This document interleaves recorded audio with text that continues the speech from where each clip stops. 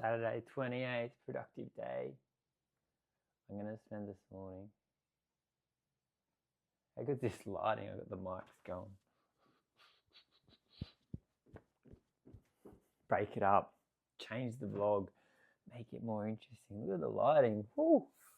My face looking good, yeah. I want to spend this time to try and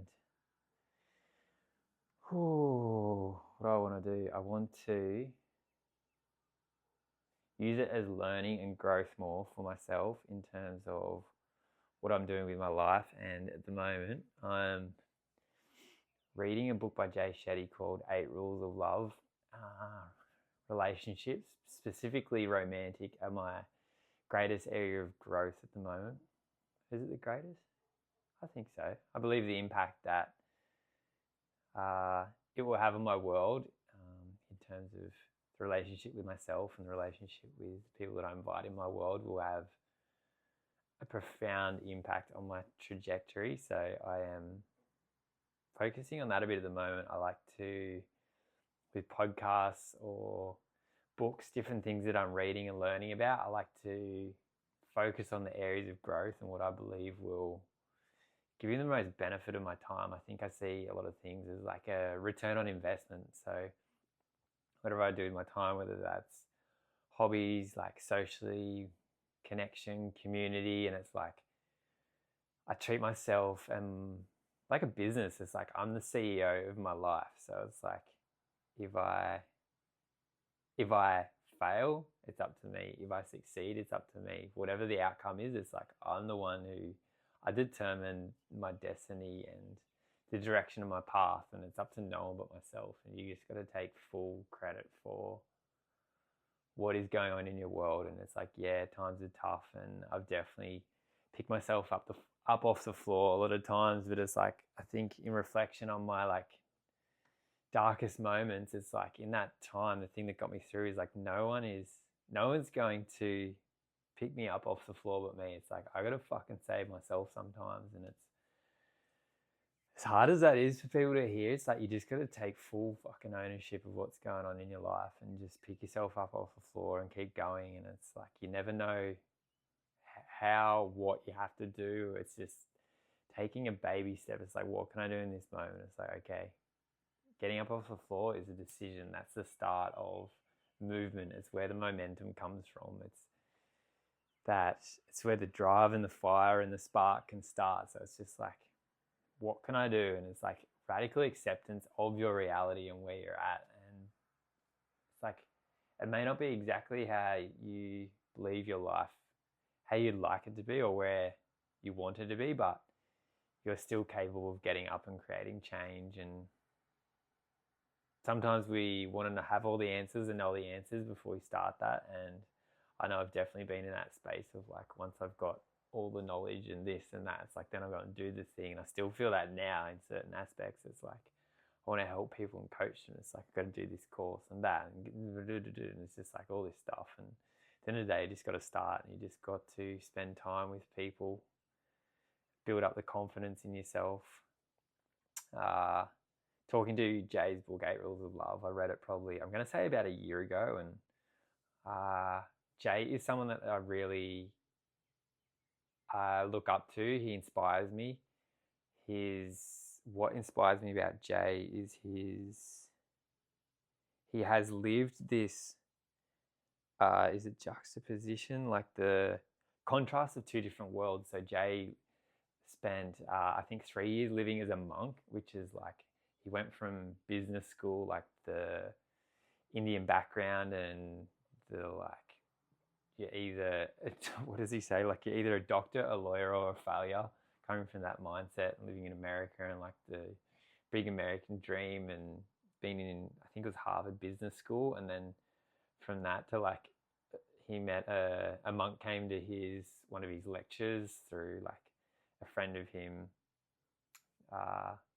almost forced him to go to it, and then seeing this person and how wholesome and how like happy they were and so content with this minimalistic life, it sparked this thing with inside of Jay where he was like, I want to go there. And he spent time with the monks, I think every year for a couple of years, and then he ended up going and joining Ashram, I think that's how you pronounce it. And so, yeah, for me, it is Jay is just like someone who's lived the contrast of these totally different worlds, and it's like he's still exposed to the these two different aspects of life and finding that balance. And I think that's within me. It's like I really admire about myself is my ability to be within community and to just not adapt, but still try stay true to myself and still have these different pockets and exposed and so like open and curious to different inputs and people and what they do in their world. And all these communities offer different things to myself, and often it's the ones that I least expect have the greatest impact on me. And it's the underlying message that people bring out. And it's like it comes from a higher being sometimes. I'm like, where does this come from? Like this information. And just trying to really acknowledge the significance of those different communities. And I love being able to just drop into that and be so open, accepting. And I think the big thing for me is my curiosity, that I've always just got a curious mind. And it's like, I think what makes me so unique is it's like how many people are training for a triathlon that go to Burning Man? How many people go to Just Dance on a Tuesday and dance and have a great old time, and then can like go out and, you know, run a 4:20 5K run, you know, like just doing all these different things and just being like, just really loving that person as well. So it sort of comes back to what I'm reading at the moment in 8 Rules of Love, and it's about relationships. And the thing where it starts is the self, and to talk to that, it's about really spending time in solitude and just really coming back to you and like what is true to you, and spending that time and sitting in that awkwardness and discomfort that a lot of us feel. And it's something that I've been not forced, but it's just been part of my journey. And over the last 3-4 years, I've spent a lot of time in solitude. The difference between solitude and loneliness is the lens that you see it through. The difference between solitude and loneliness is the lens that you see it through. It's how you view it. It's that time and that presence that you give to yourself. It's that awkward feeling when you're at a restaurant by yourself. It's going to the movies by yourself. It's trying a new experience. It's doing a yoga class by yourself. It is going to the beach and just reading a book and being with the self. And it's that core time. That is what really builds the foundation of strong relationships. If you can really find in yourself, like, what are your values? Is it health? Is it family? Is it nutrition? What do you like really value as a person? And not having that external influence of a secondary person, anyone, just be able to really come back and center yourself and find what's true in your heart, to really just connect with yourself. And it's like, what are my goals? It's like, what do I want to achieve? Like, this is amazing time for people to really just disconnect, whether that's the new year, whether that's in the next few days, next month. Like, just come back to you and spend that time and really come back and find what's true within your heart and what's your highest values. Can you pick 5 of those and just really like center yourself? What's your goals? Like, what do you want to achieve in 2025? What's your vision? What's your dream? Like, break that down into manageable, like smaller bite-sized chunks. I think we get overwhelmed with this. Like, in 2025, I'm going to make $5 million. And you're like, boom, I got the drive. January 1st, let's go. I'm going to get a fucking banging body in 2025. Let's go. Like, all these massive goals. And it's like, I'm going to have all these amazing opportunities. I'm going to travel and do all this stuff. And then it's like, you got that drive and motivation because it's the new year's kicked off. But then it's like a couple of weeks in, it's like, holy fuck.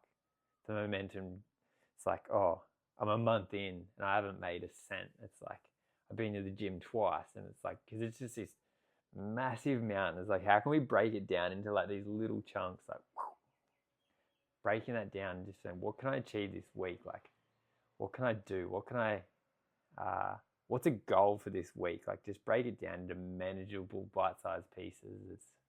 It's that the grand old, like, eating an elephant. You start with one bite. It's like running a 100K race starts with a single step. It's just these little bite-sized pieces and just the small wins, and actually celebrating those small wins too. Like, what did you achieve this week, and reflecting on it. And we're continually in this momentum and drive, and like this forward, just marching forward all the time. And it's like, what's my wins this week? Like Sunday, I love to do a bit of a, like, let's say reflection and direction. So it's like, what did I do this week?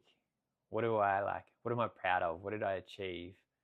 What am I hoping to achieve in the next week? Like, setting that intention going into your week and having just those bite-sized pieces and goals, and just make it manageable though. It's like, what's the minimum MVP, minimum viable product? It's like, the minimum I need to do in order to have let's call it a successful week. And then if you do achieve those, we've won. And then if you can add some little tidbits in, like, what are the other things? If I've achieved these 3 things today, it's like, what's 2 more I can do to move the needle even further? So like, once you achieve those base 3, it's like, oh, okay, I've done them. Now there's this thing, and it's like, now there's that. I think it's a transformational time of the year for so many people too. To be honest, I'm not a huge believer in New Year's resolutions. I'm like, if you want something, like, fucking start tomorrow. Start right now. It's like sitting in this space of like, I've got this time. And it's like, we wait for this opportunity. And at the end of the day, like, what is time? What even is a calendar? Like, it's just this imaginary thing. Like, I picture, like, what if we didn't know time? Like, how old would I be? I don't even know. Like, I feel 25 at the moment. It's all just like a mindset, and it's like, I don't feel any older. Like, apparently I'm 35 going 36, but it's like my mind and my body is like, I feel like I'm getting younger as I do more work on myself and more fulfillment and like love and joy and peace. And it's like, if time didn't exist, it's like, what year is it? What day is it? And it's like, well, I'll just wait for this. If I didn't know when 2025 was, like, how would I know when to wait? How long to wait? Like, what day is it? Like, there's no picture of time and no window. It's like, almost, I live to 100 and tomorrow's a new year, and I've only got this time to live to 100 that I've got so much time. So it's like, I'm running out of time. So I need to start these new goals and aspirations. And I'm not sure that lands, but for me, I'm like, I'm training now and taking action now. I'm doing my content. I'm in the gym. I'm out running. I'm training for Ironman.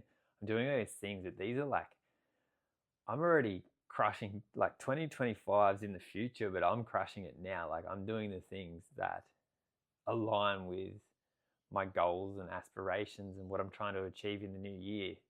It's like, what's stopping you now apart from this imaginary, it's almost like a glass ceiling of 2025. And it's like, I can't do or achieve. And people just get lazy in this time. And the people that I know that in my space and people that are in the same coaching world, like, they're people that are trying to do above average. And it's like, if you want to be above average, you have to do things that are above average. Like, you have to go above and beyond. If you just want to settle for average, that is fine. But if you want to achieve and do all the amazing things that you wish to set out to, in order to be what your measure of success is in 2025, it's like, you need to get off your ass and do better, more than average. It's not hard. Honestly, in this world, like, average is fucking easy. If you want to achieve big things, it's not that hard. It's honestly just, it's easier now than ever to be above average. There's so many people at average that it's like, you only have to make small incremental changes in your world, in your lifestyle, in your habits, in your mindset. It's doing the work, doing this internal work, coming back home to here. That is where the growth lies, and that's where you can really slingshot yourself into the future. I believe in you, even if you fucking don't. So today is Saturday. It's a beautiful day outside. I'm grateful for